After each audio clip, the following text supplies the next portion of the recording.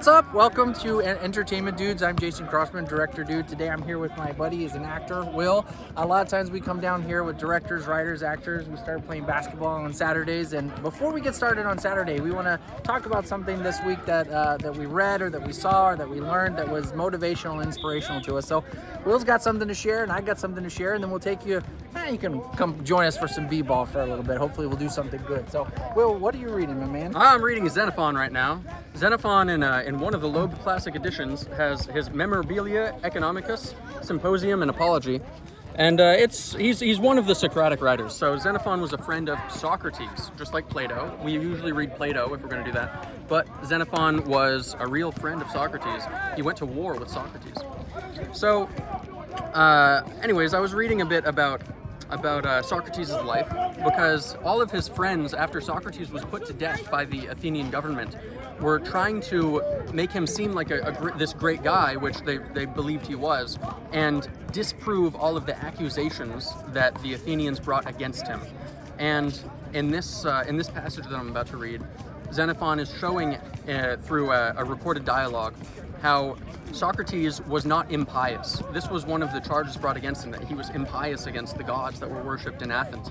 And Socrates said, that's outrageous. Socrates was incredibly pious and believed in the gods. And so I'm going to read a little passage between Socrates and a guy named Aristodemus, who was referred to as the dwarf because of his height, presumably. So Socrates says, "Tell me, Aristodemus, do you admire any human beings for wisdom?" "I do," he answered. "Tell us their names." In epic poetry, Homer comes first, in my opinion. In dithyramb, Melanipides. In tragedy, Sophocles. In sculpture, Polyclitus. In painting, Zeuxis. Then Socrates says, "Which do you think deserves greater admiration? The creators of likenesses thoughtless and motionless, or the creators of living beings endowed with thought and action?" "Living beings by far, provided they are created by design and not by mere chance." So Aristodemus has made it clear that if he's to respect a creator, it has to be by design and not by chance. Okay. Socrates continues, "Suppose that it is impossible to guess the purpose of one creature's existence, and obvious that another's serves a useful end, which in your judgment is the work of chance and which is of design." Aristodemus responds, "Presumably the creature that serves some useful end is the work of design, not mere chance."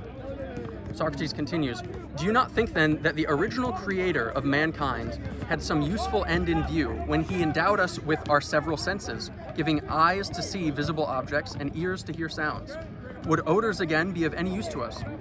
Had we not been endowed with nostrils? What perception should we have of sweet and bitter and all things pleasant to the palate?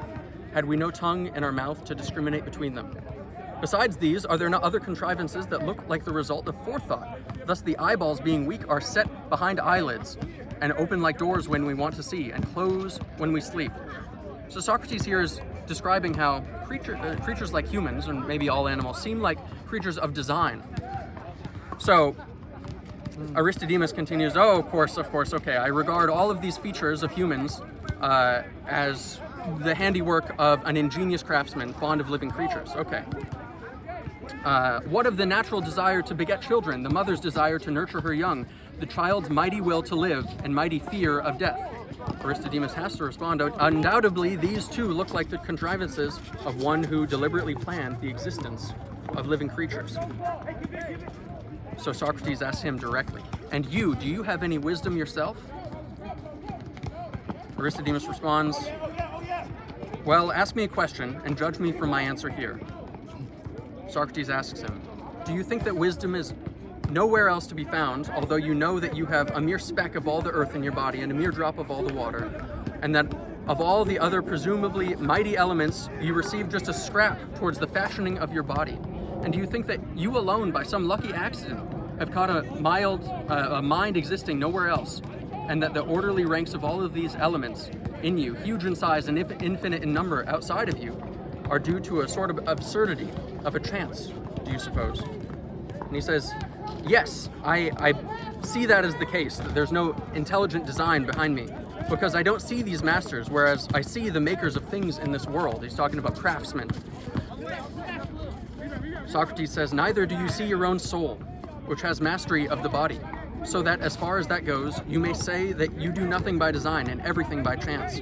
Here Aristodemus said, really, Socrates, I don't despise the divinity, but think it too great to need extra service from me. I don't really know what he means by that. I'd have to think about it.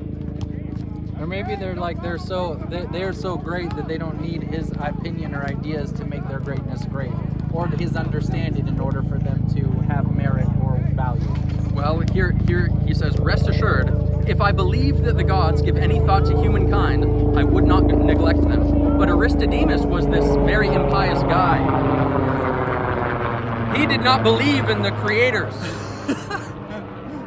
So Socrates, what I liked about this dialogue was that Socrates was accusing Aristodemus through his form of Socratic dialogue, asking questions, of being somewhat ignorant about the nature of reality. Yeah. And I found that passage to be delightful. It's incredible how a lot of times today it feels like people say, oh, it's old stuff. It's not, it's from the past. It's not no longer valuable.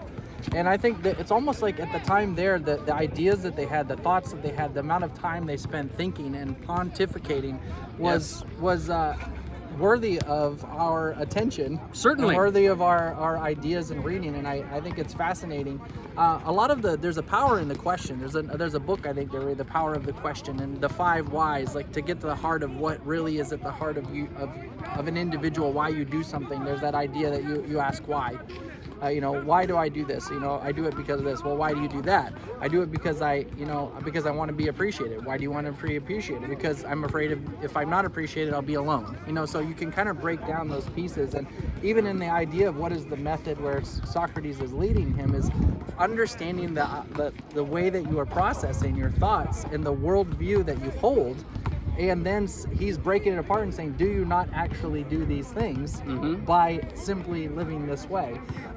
That's awesome. I think it's a fantastic argument. And I think don't discount all those things in the past. There's incredible literature and books. It's been written for generations. And just because it's old, they don't understand. I mean, it literally felt like you could see the argument happen between the two of them, why he's trying to defend himself in such a way that today, try to talk like this today. So I think for me, one thing that I learned, a lot of times I'll talk about on the show, I talk about what is the purpose of your a dream. And the dream needs to be strong enough to motivate you, to get you to leave the safety and comfort of where you are to risk to become something. So I know I mentioned before, like in Los Angeles, there's the wisdom tree on top of the Hollywood mountain over there. And I asked my class one time, I said, it was 110 degrees outside. I said, you guys want to go up to the top of that mountain right now? Who wants to go hiking? No hands went up. But I said, what if there's $1 million at the bottom of that tree? And I said, whoever gets there first can have it. And they said, every hand went up, like, let's go right now. So a lot of times I said, you can either be controlled by your dream or your dream can control you. And I've mentioned this before. A lot of times when I'm talking, I say that the purpose of the dream is to motivate you to make that journey, and it's the journey that matters. It's who you become along the way that prepares you for the success. And I think a lot of times I say, what's your greatest desire? Who here wants an Oscar? And every hand went up in class, and I said, okay, so once you get an Oscar, that's like the greatest dream. Yes, that's the greatest dream. I said, okay, once you have your Oscar, you're done. Nothing else. You can get a hammock between some trees and stay there and happy the rest of your life. And they said, like, no. I'm like, what do you want? And they're like, another Oscar. So I think a lot of times we define ourselves by our dream and by that goal and by that vision. I want to achieve this goal. And that is how we structure our worldview. It's how we structure our time, our calendars, our priorities. But then what happens, and this is what I heard last night that was really inspirational to me, and I can add to this piece of the story, was that Jordan was talking about, he said, at the end, when you see that, when you've achieved the goal, you have a crash. And a lot of times people achieve something huge like an Oscar, and then afterward there's this massive crash that comes. So after you've achieved your dream and you've set your entire world around this dream, then what happens when the dream is done? And he said it's in the crash when everything falls apart and you have that moment that you're in the desert, where you're just trying to rebuild that next dream, that the new goal and the new vision of who you are based upon all the pieces that you've learned and gleaned, the new values you've acquired. And then when you finally crash and you're in that season of what's next for me, what do I want in life now that I've done this? that process is a good process, because it's like the mixing pot of all of those things that have happened to you, where a new dream, hopefully from a more mature person, because we grew during that process, we become more mature. And that new version of ourselves creates a new goal. And that new goal is stronger than the previous goal, so that it motivates us to go challenge ourselves even more. Yes. So I think for me, that was the awesome thing that I learned, and the whole complete picture of that process is like it's a climb, and then a crash, and then a wandering, and then a climb, and then a crash, and hopefully that is a progressive climb to the end of your life when you're done, and you can look back and you've seen everything that you've accomplished over time with willful intent and purpose. And allowing yourself that crash not to be the end of you, but to be the beginning of the new you. So wherever you are right now, if that's kind of you saying, what do I want to do with my life? You're in the desert part, and now's a good time to just begin saying, who am I? Asking those questions, like you said, what are the things that I believe in? What matters to me most? What do I care about? And then beginning to construct from that, how can I apply these things to something greater than myself?